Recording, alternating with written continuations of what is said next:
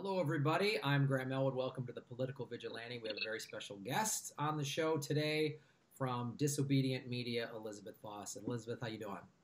Great. Great to be here. Thank you for having me. Sure. Thanks for being on the show. The great thing about doing this is, especially when I do the super chats on either Saturday or Sunday, is the viewers of this show turn me on to people and turn me on to things. And I think somebody there was like, you should start following Disobedient Media and specifically you.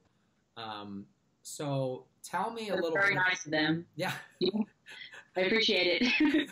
Well, it's really cool because the sort of progressive independent media, we're told we're lunatics and outliers and Exactly. so Definitely.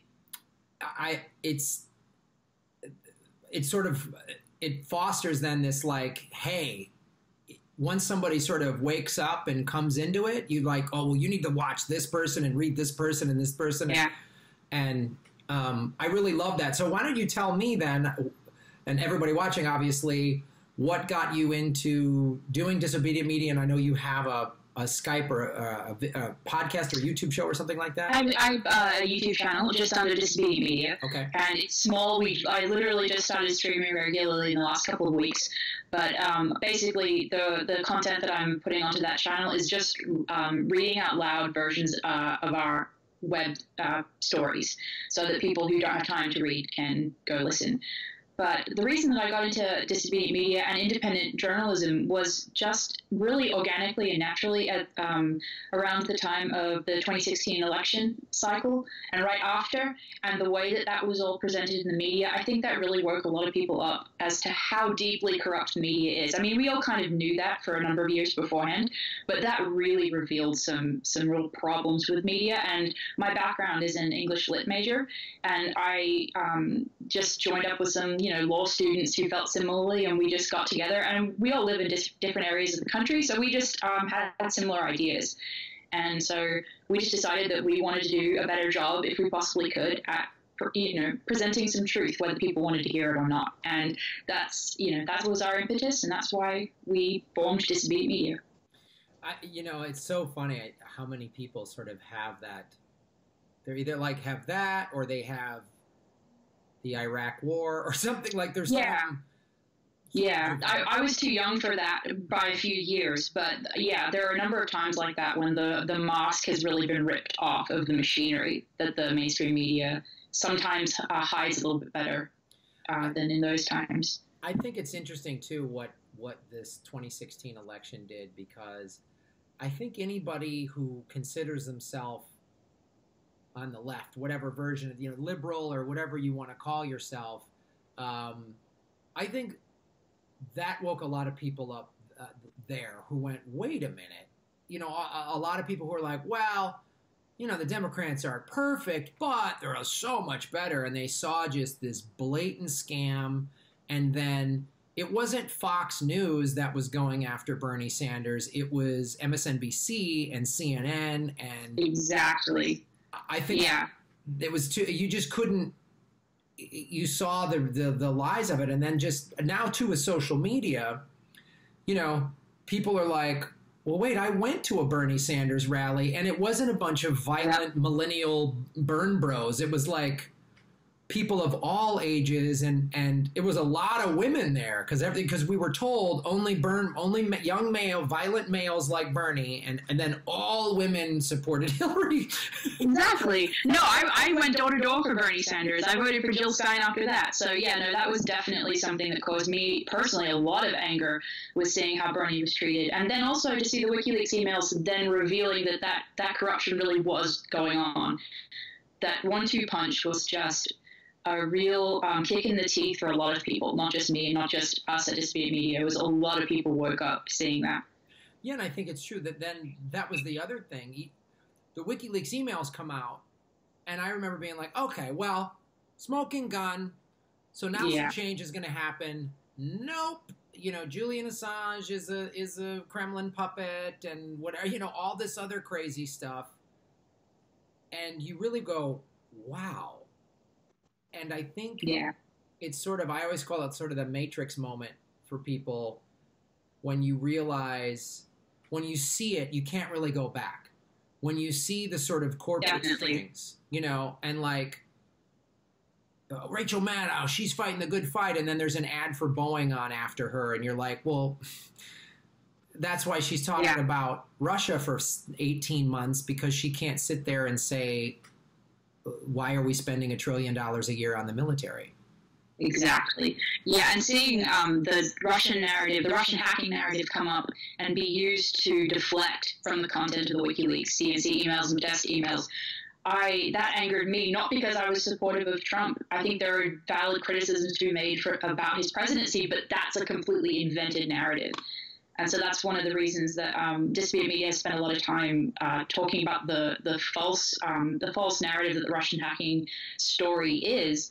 And, you know, we work with great people like Adam Carter to do that as well. And some tech people, I am very much tech illiterate, but we work with some really great tech people who understand the nitty-gritty of how this has been faked and have explained that to us. So the thing I find so impressive about the Disobedient, your articles are so thorough and so in-depth.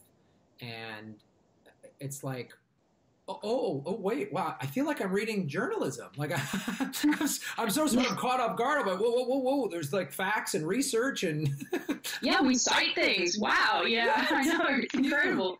Yeah, I've had a few people tell us that. Yeah, I'm genuinely saddened to hear that, because I mean we don't have journalistic backgrounds. I come from writing essays. My friends come from law school, so.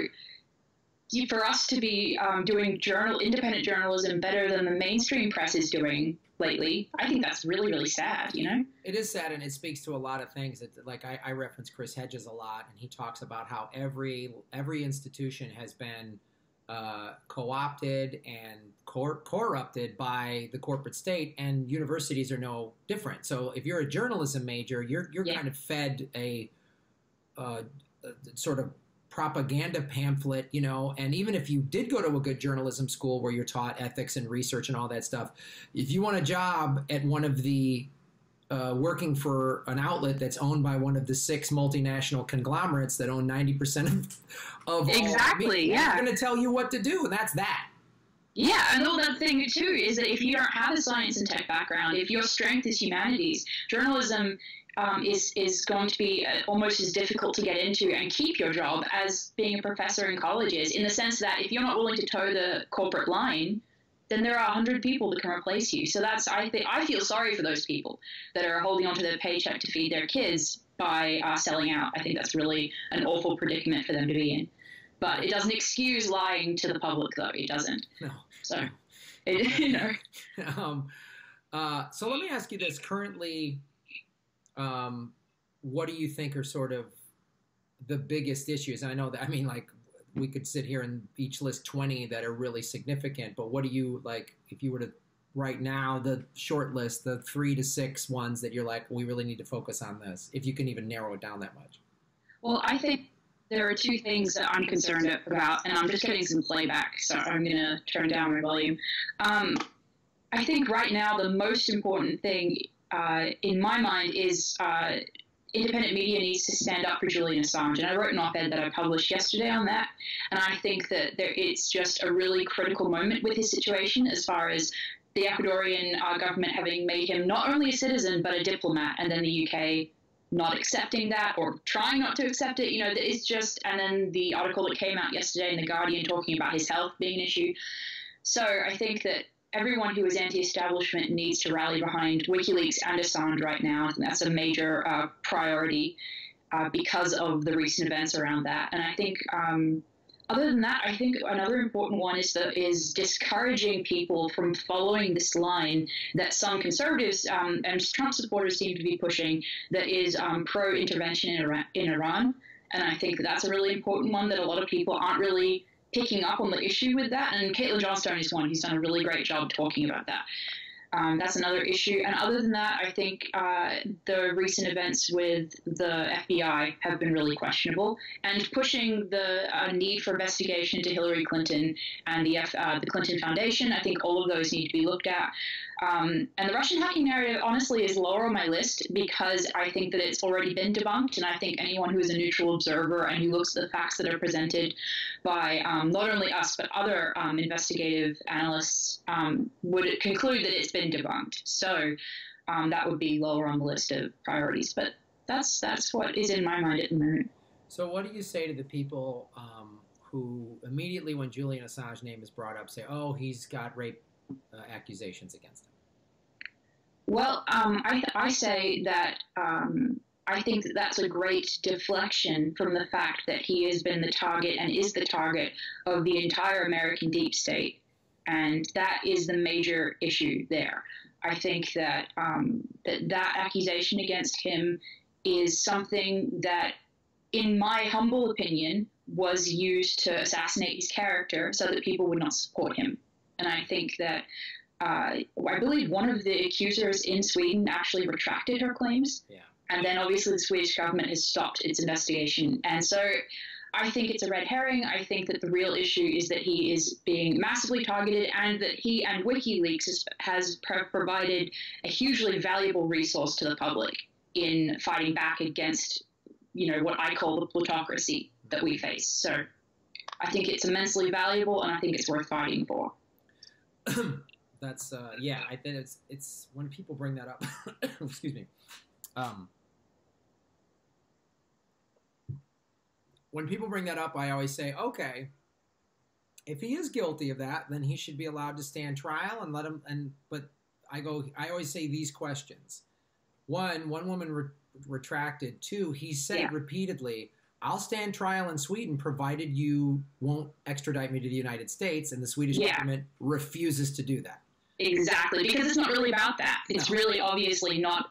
That's the superficial excuse to get him into U.S. hands. So yeah, and people, I always say, there's the evidence right there for me that I don't believe he's guilty of those crimes. So I want to go now to the second thing you brought up, which is trying to go to war with Iran and also North Korea. The thing that is so scary to me when I watch the corporate media, there is nobody saying, hey, should we go to war? War's awful. 22 vets a day kill themselves from PTSD because of suicide. What do we want to increase that number? It's never asked.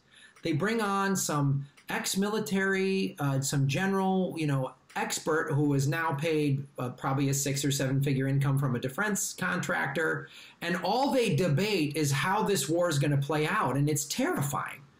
So how do we? I mean, and then American, like friends of mine who I consider smart, educated people go, like when the Syria rocketing happened, they were like, yeah, well, we had to because you saw the footage of the nerve gas with the kids, and it's like, as everyone's just been so fed this that it's just, oh, of course we have to go to war. It's just an assumption. So how do we get past that, or how do we change the narrative?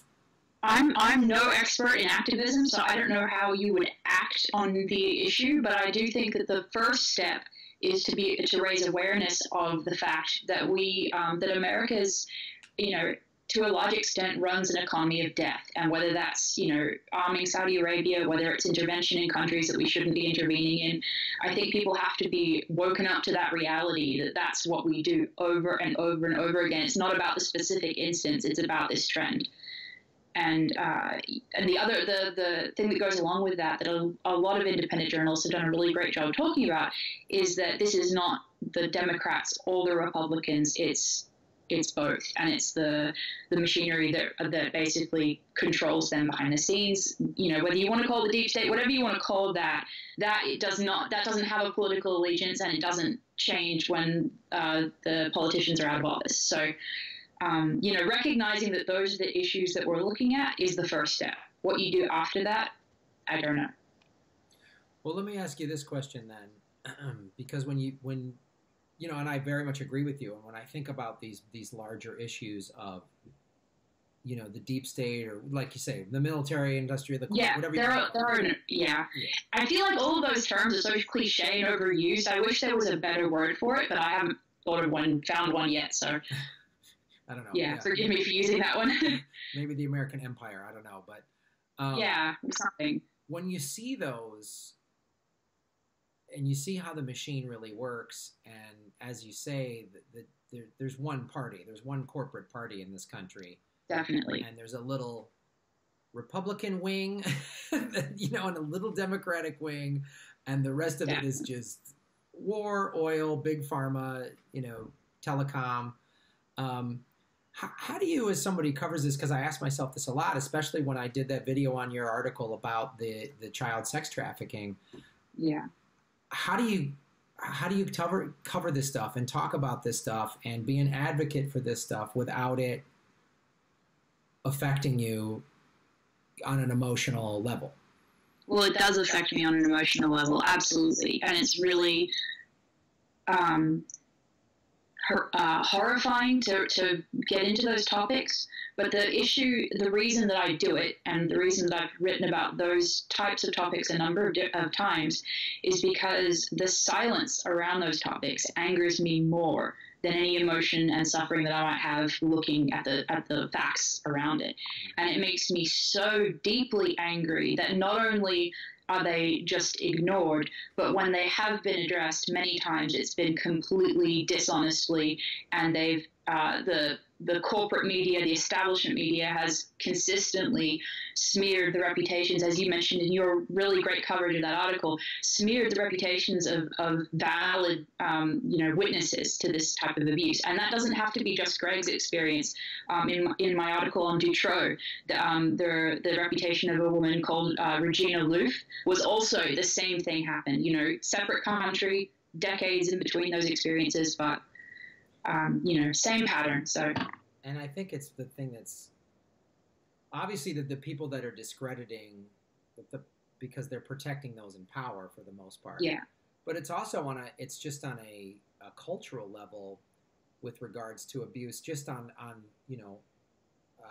having dealt with some myself and having some people go, I've heard the term, somebody very close to me said, repressed memories aren't a thing.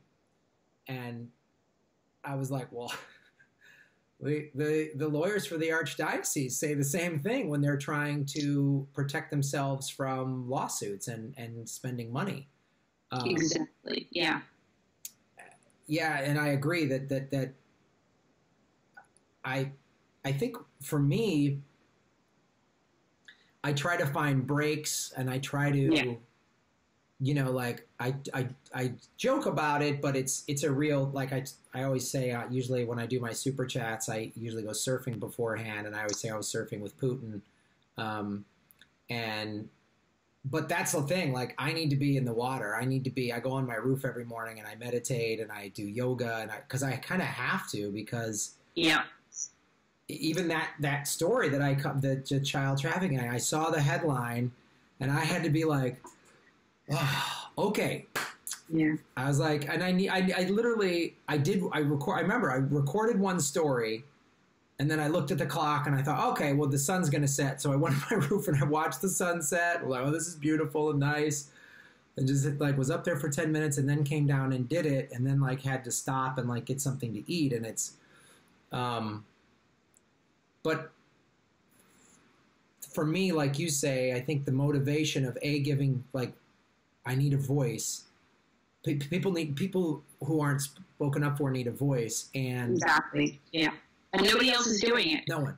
And it's really, really disheartening when you look into these stories and see that nobody else has been willing to stick their neck out and cover this. So, yeah, it's horrifying, but it's, as we're saying, it's the amount of smearing and silence around it just motivates you to cover it, even though it's terrible. And and I have to do the same thing. I have to get centered and take a break, and I do yoga as well and that type of stuff. And I think without that, it's too easy to get uncentered and to get burned out.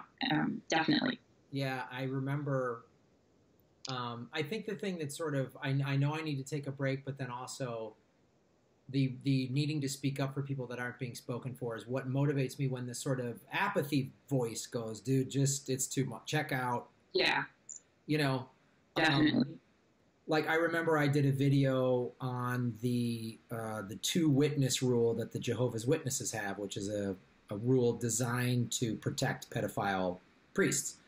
Yeah. It was just an article I came across. I didn't know this. I'm not a Jehovah's Witness. I don't have any friends. I just found this article and I was like, oh, I'm going to speak about this. And then about a day after the video had posted, I think I was at a comedy club or something and I was going to go on stage and I was just checking the comments on my phone and it was like one comment after another of, I was raised Jehovah's Witness, I'm a survivor, you know, my brothers and I, and my one brother killed himself. We're also, and it was just like one comment after another.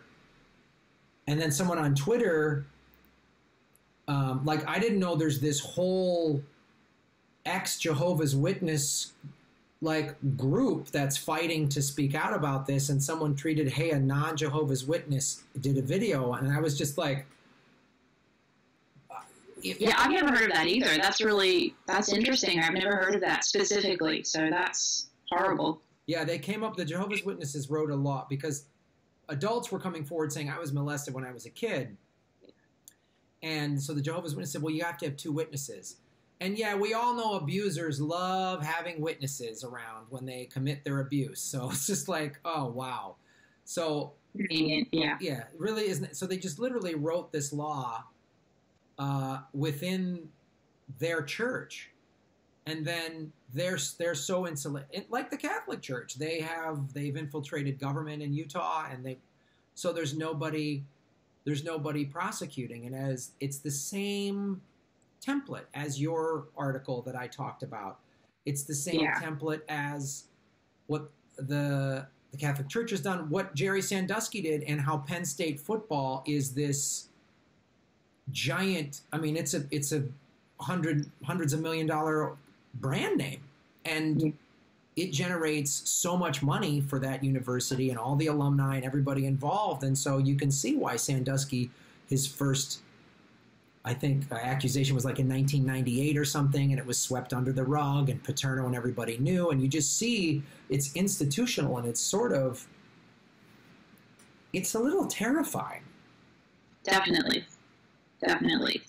Yeah, and if you are the one that speaks out about it, if you're a witness or a brave journalist that covers what the witnesses say, then usually the first thing that gets thrown at you is that you're the one that's crazy, or they're the one that's crazy. How dare you look at this topic? And no attention is given to the facts of the case at all in that type of template that you're talking about. So I think that was why it was also important for us to publish that particular article when we did, because it was that moment when Weinstein had just happened.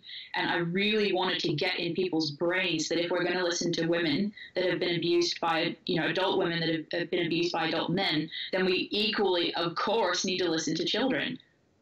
How is that even a question? So that was my point, is to bring up the hypocrisy of listening to one demographic but then ignoring others in that type of situation. So I applaud you for that, because there's a statistic that I'm keenly aware of, which is 1 in 6 men have been victims of unwanted sexual contact by the time they're 18, and 40% of their abusers are women. And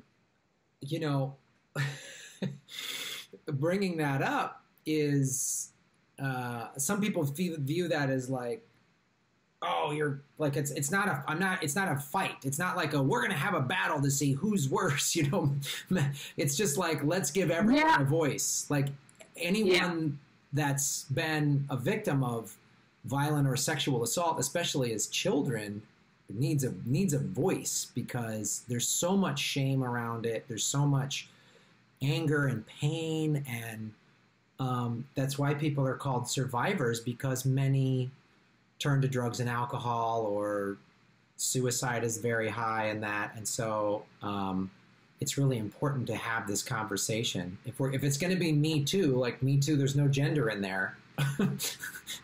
Yeah, first of all, women absolutely can be rapists and pedophiles, and they have been arrested in a lot of cases of, especially like the high school type teacher abusing the student. That has come up so many times. But as far as that, as you're saying, the way in which survivors suffer when they're abused and then after, like you're talking about, the long-term effects, that also is why I think it's so important to not give in to the inner resistance that you mentioned earlier. As like that is like the cultural cognitive dissonance, because it is unpleasant and nobody wants to think about that topic.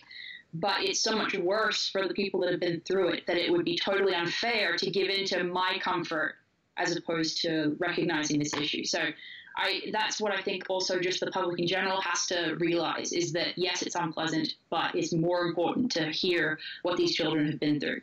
Anyway. Yeah, because when you're if you're an adult survivor of that and then it's sort of dismissed, it compounds. It's like re-traumatizing. Exactly. Yeah. Definitely.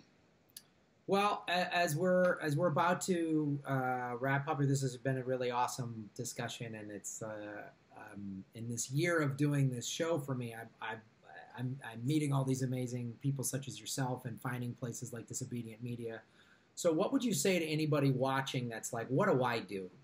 I'm just a regular person. I got a regular job. I can't go to Standing Rock and camp out or whatever. So what do I do on a daily basis? There are two things. One, if you have easy access to cash, you give $1 to every independent journalist that you like on Patreon. You make a Patreon account and you donate to every single one. Not $20, just $1 to the ones you like.